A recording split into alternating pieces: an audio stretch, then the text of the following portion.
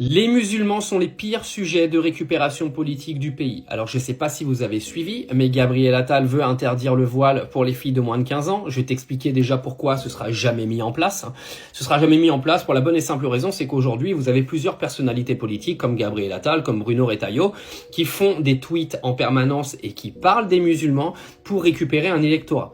Faut savoir que tu ne pourras pas interdire le voile aux moins de 15 ans, que déjà premièrement c'est une aberration. Moi j'ai vécu 4 ans en Angleterre. Il y avait des petites filles de 11, 12, 13 ans qui allaient avec leur uniforme à l'école, avec le voile, ça gênait personne et elles étaient pas malheureuses. Arrêtez de raconter des conneries. Et de deux, ce sera jamais mis en place parce que s'ils mettent ce genre de loi en place, vous savez très bien que ça va très mal se terminer dans la société et que très mal se terminer dans la société avec une communauté qui se fait déjà insulter depuis bien trop longtemps, ça va très très mal se terminer.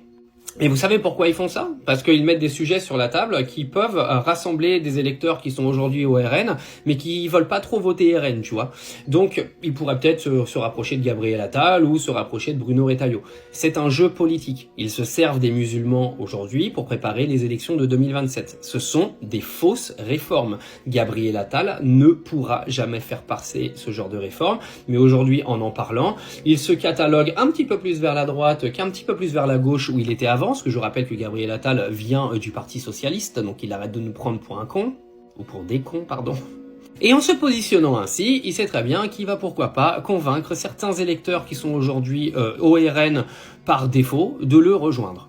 Et je peux vous dire que les musulmans, vous allez servir de joujou politique, comme ça, jusqu'aux élections de 2027. Parce que vous êtes aujourd'hui, vous et l'immigration, les sujets qui vont faire que le prochain président deviendra président. Les sujets économiques, les Français ont l'impression que ça les intéresse même plus.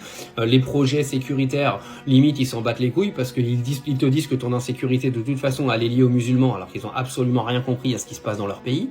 Mais moi, j'aimerais bien que Gabriel Attal nous explique aujourd'hui pourquoi il vient, enfin pourquoi on le sait, mais lui qui nous explique en toute honnêteté, même si c'est un politique et que l'honnêteté, ça va pas ensemble, comment il peut parler de ça alors que nous avons 330 000 SDF en France, 160 000 enfants battus chaque année, une femme tuée tous les 3 jours, 9 millions de pauvres, un jeune sur 3 qui saute des repas parce qu'il n'a pas de thunes, 100 000 tentatives de suicide, 200 000 déscolarisés, 80 000 détenus pour 60 000 places de prison.